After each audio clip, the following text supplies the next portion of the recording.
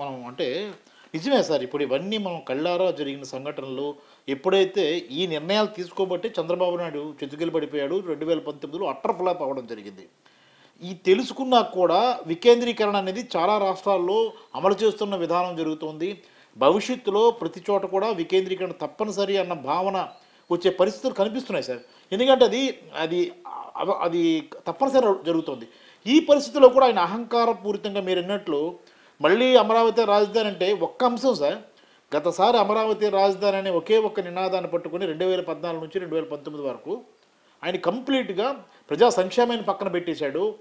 ఇంకా ఎవరి కోసం ఆలోచించలేదు. ఉత్తరాంధ్ర రాయలసీమని పక్కన పెట్టేసి మొత్తం ఎక్కడ తెచ్చిన డబ్బంతా కూడా అమరావతి అభివృద్ధి, అమరావతి నుంచి సంపద పోగేస్తాం, ఇలా రకరకాల నినాదాలు చెప్పి కాలక్షేపం చేశాడు. చివరికి జనం కూడా జల్ల కొట్టారు, అర్థమైంది. అయినా మళ్ళీ ఇప్పుడు అమరావతి అంటే ఇప్పుడు ఈ ప్రజా సంక్షేమ పథకాలన్నీ ఆపేస్తారా? ఎలా ఆయన ఇప్పుడు ఆర్థికంగా అమరావతి మళ్ళీ నిర్మాణానికి ఏ రకంగా నిధుల సమీకరణ జరుగుతుంది? అంటే వెల్ఫేర్ స్కీమ్స్ అని ఆపేస్తానని అంటలేదు. మళ్ళీ ఇప్పుడు ఉన్నదాన్ని ఆయన అండం కాదు సార్, మీరు ప్రాక్టికల్గా చెప్పండి. ఇప్పుడు ప్రాక్టికల్గా అంటే ఆయన ఆలోచనలన్నీ మోసపూరితమైన ఆలోచనలండి. ఓకే, మీకు ఎందుకనంటే ప్రజలకు కూడా కొంత అందరికి అర్థం కావాలి కదా. ఇక్కడ ఉత్తరాంధ్ర ప్రాంతానికి ఎటువంటి అన్యాయం చేశారో ఆ 5 ఏళ్లలోనే. అవును.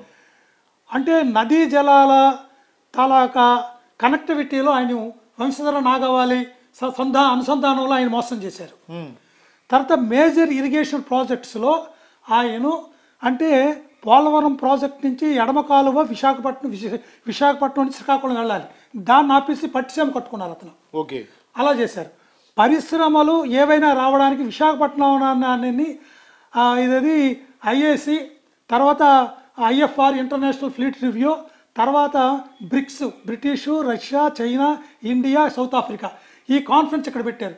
అంటే ఏ కాన్ఫరెన్స్ అంటే ఎలా మోసం చేశారు, మోసపూరితమైన మోసం చేసి ఇక్కడ పెట్టేది విశాఖపట్నం అన్ని జాతీయ అంతర్జాతీయ కాన్ఫరెన్స్ 2014, 2019లోని విశాఖపట్నంలో పెట్టి విశాఖపట్నాన్ని చూపించి అమరావతిని మాత్రం పరిశ్రమలు పెట్టమన్నారు.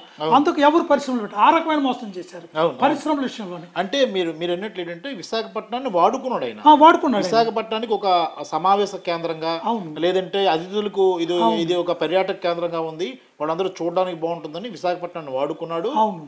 వచ్చిన పరిశ్రమలు కానీ నిధులను కానీ అమరావతికి మళ్లించాలనేది ప్లాన్ చేశాడు.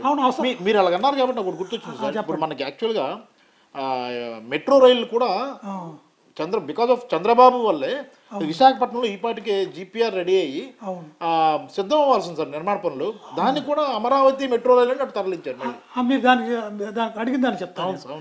ఇక్కడ విశాఖపట్నం ఆల్రెడీ తెలంగాణలో హైదరాబాద్లో మెట్రో సిటీ ఎలాగైతే ఉందో ఇక్కడ కూడా మెట్రో సిటీ విశాఖపట్నంలో పొటెన్షియాలిటీ ఉన్న సిటీ ఇది. అంటే దానికి చాలా పారామీటర్స్ ఉన్నాయి. ఇది ఇవ్వాలి, ఇది అయిపోయింది పార్టీ. కానీ అక్కడ ఏం లిటిగేషన్ పెట్టాడు? ప్రతిదానికి లిటిగేషన్ అతను. ఎలాగ లిటిగేషన్ పెట్టాడు అని అంటే అమరావతికి కూడా అక్కడ మెట్రో రైలు పెట్టాలి అన్నాడు. అయితే అమరావతిలో మెట్రో పెట్టినట్టు లిటిగేషన్ గవర్నమెంట్ ఆఫ్ ఇండియా ఏం చేసింది? అమరావతి రైల్వే స్టేషనే లేదు, అక్కడ 1,00,000 మంది జనాలే లేరు. మరి దాని మీద అక్కడ ఈ మెట్రో సిటీ పెట్టిన తర్వాత దాని మీద ఇన్కమ్ రావాలి కదా. అందుకే దీనివల్ల ఏంటంటే అంటే షార్ట్గా చెప్పాలంటే మళ్ళీ మిగతా విషయాలు మాట్లాడాలి. అందుకు అమరావతిలో లిటిగేషన్ మెట్రో పెట్టాలి, విశాఖపట్నం మెట్రో ఆగిపోయింది. అది అనమాట. అంటే ఏ రకంగా కూడా మీకు ఆల్ ఇండియా మెడికల్ సైన్సెస్, జాతీయ ఆరోగ్య సంస్థ AIIMS, all India institute of medical science backward ఏరియాలో విశాఖపట్నంలో పెట్టాలి, లేదంటే శ్రీకాకుళంలో పెట్టాలి. అతను తీసుకెళ్ళి మంగళగిరిలో పెట్టాడు. అది ఎంత అన్యాయం అండి. ఎందుకంటే మంగళగిరిలో పెట్టాడంటే అటు మంగళగిరికి, విజయవాడకి, అటు మద్రాసు దగ్గర ఉంది, హైదరాబాద్ దగ్గర ఉంది, ఇటు బెంగళూరు దగ్గర ఉంది, ఎక్కడికైనా ఇమీడియట్గా వెళ్ళొచ్చు. ఆయన పెద్ద పెద్ద హాస్పిటల్ అక్కడే ఉన్నాయి, విజయవాడ, గుంటూరులోనే ఉన్నాయి. కాబట్టి ప్రతిదీ కూడా ఆయన పక్షపాత బుద్ధితో, సూక్ష్మ బుద్ధితో ఇలా కుట్రపూరితంగా ఈ రాయలసీమని ఉత్తరాంధ్రకి ఆయన మళ్ళీ వెన్నుపోటు ఎంత విసుకొస్తుంది ఆ వెన్నుపోటు ఆయన పొడిచారు.